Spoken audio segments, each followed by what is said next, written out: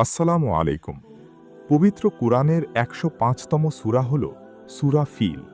চলুন এর তেলাওয়াত, অর্থ ও ফজিলত জেনে নিই। বিসমিল্লাহির রহমানির রহিম।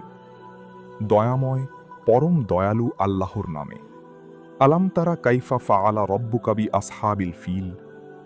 আপনি কি দেখেননি আপনার রব হাতিওয়ালাদের সাথে কি আচরণ করেছিলেন?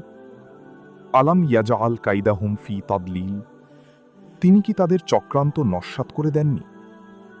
ওয়া আরসালা আলাইহিম তয়রন আবাবিল। এবং তিনি তাদের উপর ঝাঁকে ঝাঁকে পাখি পাঠিয়েছিলেন। তারমিহিম বিহিজারতিম মিন সিজ্জিল। যারা তাদের উপর পোড়ামাটির পাথর নিক্ষেপ করছিল। ফাজআলাহুম কাআসফিম মাকুল।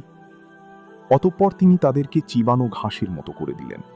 ফজিলতের দিক থেকে এই সূরা আমাদের স্মরণ করিয়ে দেয় যে অহংকার ও ক্ষমতার দম্ভ কখনোই আল্লাহর শক্তির সামনে টিকতে পারে না।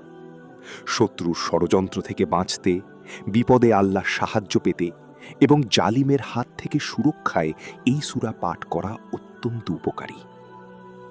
আল্লাহ আমাদের সবাইকে এই সূরার শিক্ষা মনে রাখার তৌফিক দিন। আমিন।